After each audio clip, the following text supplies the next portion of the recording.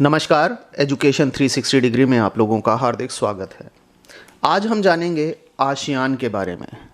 देखिए, दूसरे विश्व युद्ध के बाद जो भी क्षेत्रीय संगठन बने उन्हें मोटे रूप से दो भागों में विभाजित किया जा सकता है। पहला, ऐसे संगठन जो कि सैनिक संगठन थे, जिनका उद्देश्य यह था कि अपनी सुरक्षा को बनाए रखा जाए, जैसे नाटो, सेंटो, सीएटो या वार्सा पैक्ट। ये सारे सैनिक संगठन थे जिनका उद्देश्य अपनी सुरक्षा को, उस संगठन में शामिल सभी देशों की सुरक्षा को बनाए रखना था। दूसरी साइड ऐसे संगठन हैं जिनका उद्देश्य आर्थिक विकास करना है, राजनीतिक विकास करना है, सांस्कृतिक, वैज्ञानिक या जन कल्याण के क्षेत्र में कार्य करना है। ऐसे संगठनों के उदाहरण जैसे अरब लीग है, आसियान है, सार्क है। ये सारे के सारे ऐसे संगठन हैं जिनका उद्देश्य आर्थिक विकास करना, राजनीतिक विकास करना, सांस्कृतिक या वैज्ञानिक क्षेत्र में कार्य करना रहा है। तो आज हम आसियान पर चर्चा करते हैं। देखिए, आसियान का जो निर्माण हुआ वो अचानक से नहीं हुआ है। आसियान के निर्माण के लिए सबसे इंपॉर्टेंट बात ये रही कि दूसरे विश्व युद्ध के बाद ही थोड़े प्रयास किए जाने शुरू हुए। दक्षिण पूर्वी एशियाई देशों में क्षेत्रीय सहयोग को पुख्ता करने के लिए दूसरे विश्व युद्ध के बाद एक ऐसे संगठन की बहुत ज़्यादा आवश्यकता पड़ी जो कि इस क्षेत्र के विकास के लिए कार्य करे, सहयोग के आधार पर विकास पर कार्य करे। तो आसियान का निर्माण अचानक से ना होकर एक प्रक्रिया के तहत हुआ था, जिसमें धीरे धीरे कर कार्य किए गए। दूसरे विश्व युद्ध की समाप्ति के बाद ही संयुक्त राष्ट्र संघ ने एक इकैफे यानी economic commission for Asia and far east की निर्माण किया और इस एशियाई भाग की आर्थिक विकास की जो समस्याएं थीं उन्हें इंडिकेट किया, उन्हें रेखांकित कर दिया था। इसके बाद देखिए, 1954 में जब सीएटो की स्थापना हुई तो सीएटो की स्थापना से इस क्षेत्र की जो सामूहिक सुरक्षा और आर्थिक साधनों की विकास की ओर ध्यान केंद्रित किया गया था। ऐसा सन 1954 में सीएटो की स्थापना के बाद हुआ था। देखें, आसियान बनने के लिए कोलंबो योजना में एक तकनीकी सांस्कृतिक सहयोग के लिए ज़मीन तैयार कर ली गई थी और 1959 में association of south east Asian states के निर्माण की पृष्ठभूमि तैयार की गई थी। हुआ क्या कि 1967 और 1968 में जब ब्रिटेन ने स्वेज के पूर्व से अपनी सेनाओं को वापस बुलाने की घोषणा की और यह कहा कि ब्रिटेन ने स्वेज से अपनी सेनाओं को वापस बुला लिया, तो चीन में महान सांस्कृतिक विस्फोट हुआ और इसी के साथ साथ ये जो क्षेत्र था, ये जो एरिया था साउथ ईस्ट एशिया का, इस क्षेत्र में जो सामरिक हित थे उनके लिए पश्चिमी शक्तियां बहुत ज़्यादा उत्सुक होने लगी। उन्हें ये लगने लगा कि भाई इस एरिया में कार्य किया जा सकता है, इस एरिया पर कब्जा करने का प्रयास किया जा सकता है या इसे प्रभाव में लाया जा सकता है। लेकिन असल मुद्दा क्या था कि असल मुद्दा ये था कि दक्षिण पूर्व एशिया के ये जो देश हैं, इन देशों की सुरक्षा को कैसे निर्मित किया जाए, कैसे इसे बनाए रखा जाए। और इसी समय ऑस्ट्रेलिया के जो एक विदेश मंत्री थे, उन्होंने यह सुझाव दिया था कि इस एरिया की रक्षा करना हमारी जिम्मेदारी है, दूसरी शक्तियां हमारा भार क्यों उठाएंगी। क्योंकि ऐसा करना हम सबकी अपनी जिम्मेदारी है, उस एरिया के लोगों की जिम्मेदारी है। और उन्होंने यह सुझाव दिया कि सबसे सुरक्षित और विश्वसनीय उपाय तो यह है कि अपनी शक्ति को बढ़ाया जाए तथा एशियाई देशों का संगठन सुदृढ़ बनाया जाए। तो ऑस्ट्रेलिया के विदेश मंत्री का ये जो सुझाव आया, इस सुझाव के आने के बाद आसियान के निर्माण पर कार्य ज़्यादा तेज़ी से शुरू हुआ और लोगों को दूसरे विश्व युद्ध के बाद आगे आने वाले दशक में थोड़ा सा प्रयास ये किए गए कि क्षेत्रीय संगठनों को कैसे भी करके मजबूत किया जाए और दक्षिण पूर्व एशिया के इन देशों को एकत्र करके एक संगठन का निर्माण किया जाए। तो आइए अब हम चर्चा करते हैं कि आसियान का निर्माण कैसे हुआ। देखिए, सबसे पहली बात तो यह है कि आसियान का हम पूरा नाम जान लें। आसियान का पूरा नाम हिंदी में दक्षिण पूर्व एशियाई राष्ट्र संघ है, जिसे इंग्लिश में कहते हैं association of south east Nations. तो आप लोग ये ध्यान रखिएगा कि इसकी फुल फॉर्म आपको पता हो। आसियान को हिंदी में दक्षिण पूर्व एशियाई राष्ट्र संघ कहा जाता है और अंग्रेजी में इसे association of south east Asian Nations के नाम से हम जानते हैं। अब बात करते हैं कि इसके अंदर कौन कौन देश शामिल हैं, कौन कौन से देश शामिल हैं। देखें, यह इंडोनेशिया, मलेशिया, फिलीपींस, सिंगापुर और थाईलैंड का एक क्षेत्रीय संगठन है। ये एक ऐसा क्षेत्रीय संगठन है जिसमें इंडोनेशिया, मलेशिया, फिलीपींस, सिंगापुर और थाईलैंड जैसे देश शामिल हैं।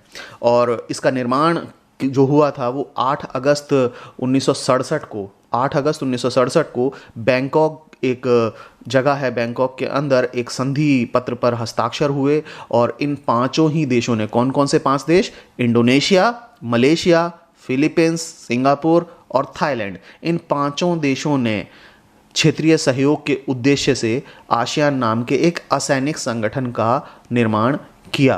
तो 8 अगस्त 1967 डेट आपको याद रखनी है। साथ ही साथ आपको बैंकॉक घोषणा पत्र, बैंकॉक संधि पत्र, इस पर हस्ताक्षर करके आसियान का निर्माण हुआ था। 5 देशों ने स्टार्टिंग में इस आसियान का निर्माण किया था। इस संधि पत्र, बैंकॉक घोषणा पत्र पर 5 देशों ने साइन किए थे। ये 5 देशों के नाम आप याद रखिए: इंडोनेशिया, मलेशिया, फिलीपींस, सिंगापुर और थाईलैंड। इसके बाद देखें 1984 में, सन 1984 में ब्रुनेई, 1995 में वियतनाम, लाओस और म्यांमार को 1997 में, और अंत में 30 अप्रैल 1999 को कंबोडिया को इसकी सदस्यता दी गई। और इसकी पूर्ण सदस्यता मिलने के बाद, जब कंबोडिया को इसकी पूर्ण सदस्यता प्राप्त हो गई, तो अब हम ये देखते हैं कि आसियान के जो वर्तमान सदस्य संख्या है, इसके सदस्यों की संख्या 10 हो गई।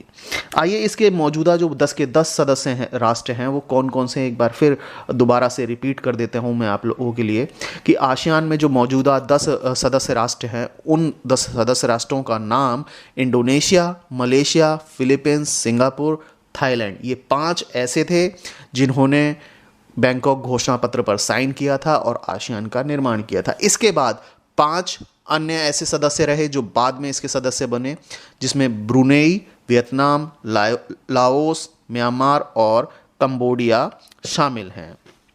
इसके बाद देखें 24 जुलाई 1996 को भारत जो है आसियान का पूर्ण संवाद सहभागी बन गया है। और वर्तमान समय में अगर देखा जाए तो भारत, चीन, जापान और दक्षिण कोरिया इसके शिखर स्तर के हिस्सेदार हैं। और आसियान के अंतर्गत इनकी हिस्सेदारी बहुत ही ज़्यादा है। आसियान का जो केंद्रीय सचिवालय है, अगर हम केंद्रीय सचिवालय की बात करें तो आसियान का केंद्रीय सचिवालय जकार्ता, इंडोनेशिया में स्थित है। और इसका एक अध्यक्ष होता है, हेड होता है, जिसे हम महासचिव के नाम से जानते हैं। और महासचिव का जो पद है, हर 2 साल के लिए इसके सभी सदस्य राष्ट्रों में प्रत्येक 2 वर्ष के लिए दिया जाता है। कहने का अर्थ यह है कि 2 साल एक सदस्य देश का व्यक्ति महासचिव के पद पर रह लिया है, उसके बाद अगले 2 साल के लिए अगले देश का सदस्य महासचिव के पद पर रहेगा, उसके बाद अगले 2 साल के लिए अगले सदस्य राष्ट्र का व्यक्ति महासचिव के पद पर रहेगा। और ऐसे कर कर ये सीक्वेंस चलता रहेगा और अंत में फिर दोबारा से वही सीक्वेंस नंबर 1 से चालू हो जाएगा। तो ऐसा महासचिव का जो पद है, हर 2 साल के लिए प्रत्येक देश को दे दिया जाता है। आइए अब चर्चा करते हैं कि आसियान के प्रमुख 3 स्तंभ कौन कौन से हैं, किन किन क्षेत्रों में आसियान कार्य कर रहा है। देखिए, सबसे पहली बात, आसियान एक राजनीतिक सुरक्षा समुदाय के रूप में कार्य कर रहा है। कहने का अर्थ यह है कि राजनीतिक सुरक्षा, राजनीतिक तौर पर विकास करने के लिए, सुरक्षा करने के लिए समुदाय के तौर पर आसियान एक स्तंभ के रूप में कार्य कर रहा है। साथ ही साथ आसियान एक आर्थिक समुदाय है। आर्थिक समुदाय का अर्थ, आर्थिक समुदाय के अंतर्गत एक दूसरे देश के साथ जितने भी सदस्य देश हैं वो व्यापार करेंगे और अपनी व्यापार नीतियों को इतना ढीला बनाएंगे ताकि व्यापार करने में किसी भी प्रकार की कोई समस्या उत्पन्न ना हो। तो आसियान का दूसरा स्तंभ जो है, आसियान आर्थिक समुदाय का है। इसके अलावा आसियान का जो अंतिम और तीसरा स्तंभ है वो है आसियान सामाजिक सांस्कृतिक समुदाय। देखिए, अगर हम आसियान के सदस्य राष्ट्रों की बात करें, दक्षिण पूर्व एशिया के जो राष्ट्र हैं, देश हैं, उनकी बात करें तो वो सामाजिक और सांस्कृतिक रूप से ऐसे देश हैं जिनकी सामाजिक और सांस्कृतिक स्थिति काफ़ी सिमिलर है, काफ़ी मिलती जुलती है। तो आसियान का जो तीसरा स्तंभ है सामाजिक सांस्कृतिक समुदाय का, इसके अंतर्गत सामाजिक और सांस्कृतिक विकास करने के लिए आसियान के सभी सदस्य राष्ट्र प्रयास करेंगे। इस प्रकार से आसियान का तीसरा स्तंभ कार्य कर रहा है। देखिए, इसके अलावा आसियान कुछ उद्देश्यों को लेकर निर्मित हुआ है, कुछ इसका उद्देश्य है कि किस प्रकार से आसियान निर्माण होने के बाद कार्य करेगा।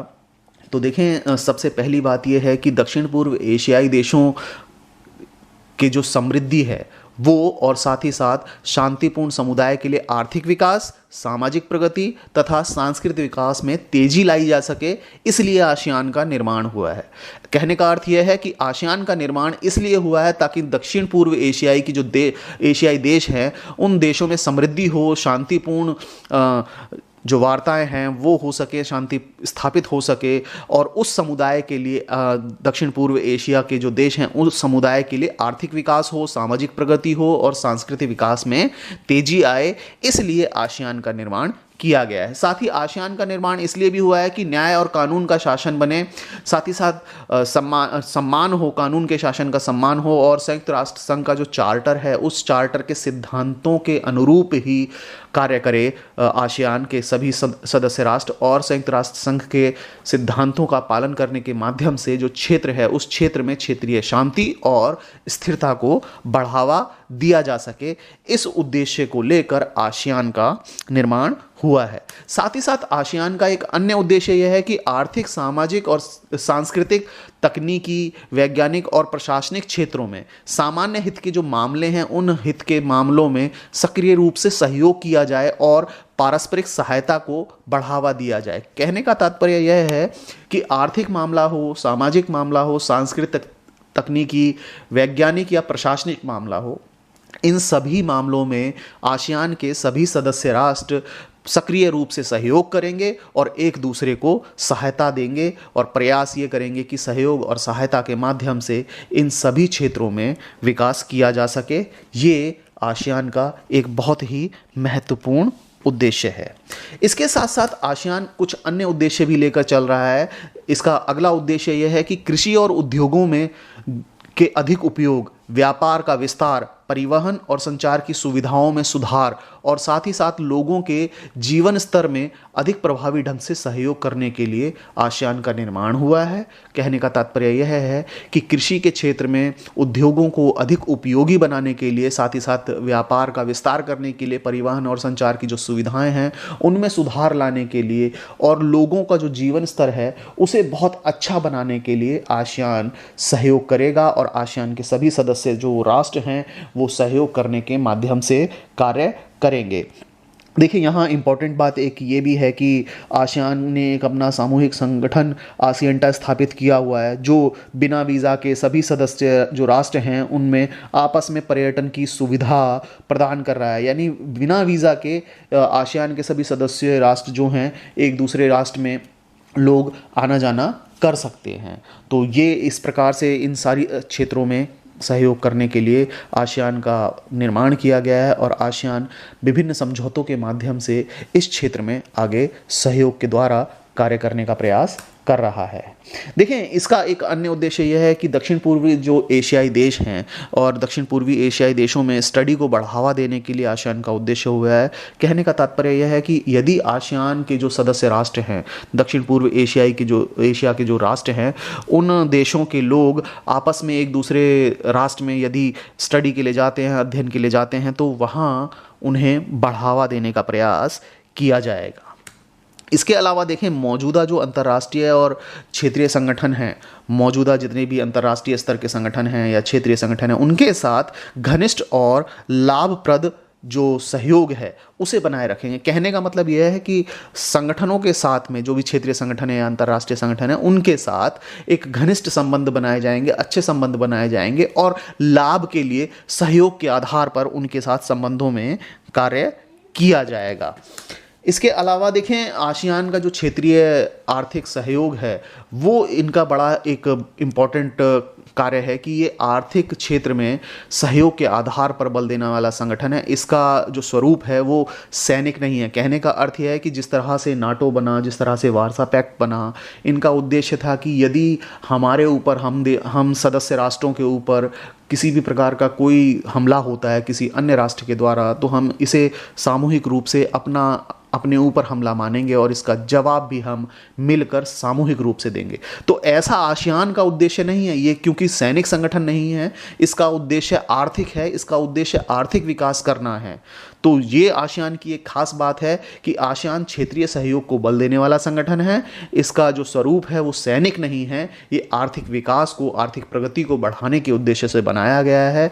और सदस्य जो राष्ट्र हैं वो सामूहिक सुरक्षा जैसी किसी कठोर और अनिवार्य शर्त से बंधे हुए नहीं हैं। वह किसी महाशक्ति से प्रोत्साहित भी नहीं हैं, साथ ही साथ उनके साथ प्रवर्तित नहीं हैं, उनके द्वारा चल नहीं रहे हैं, उनसे किसी भी प्रकार से इन्फ्लुएंस नहीं है, उनसे किसी भी प्रकार से संबंधित भी नहीं है, संबद्ध नहीं है।